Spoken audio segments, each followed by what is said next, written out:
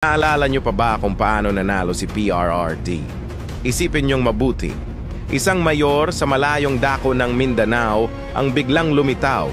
Hindi sikat kahit sa mga national TV. Walang masyadong advertisement. Pero noong taong 2016 na eleksyon presidensyal, tinalo ang lahat ng katunggali sa isang landslide victory. Ngayon ay nasa kamay na siya ng ICC, isang dayuhang korte.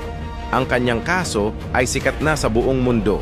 Lahat ng mga bansa ay laman ang kanyang pangalan. Isipin nyo yun galing sa isang probinsya ng Mindanao hanggang sa pambansang presidente na ngayon nasa international media na.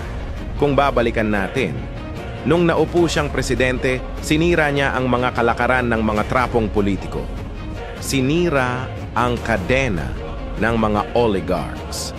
Alam nyo bang kahit ang Amerika ay hindi kinikilala ang ICC dahil sa isa daw itong kurap na institusyon? Namamanghalang ako kasi parang binigay ng Diyos si PRRD para sirain ng mga kabaluktutan ng mundo. Hindi na lang Pilipinas kundi mundo na.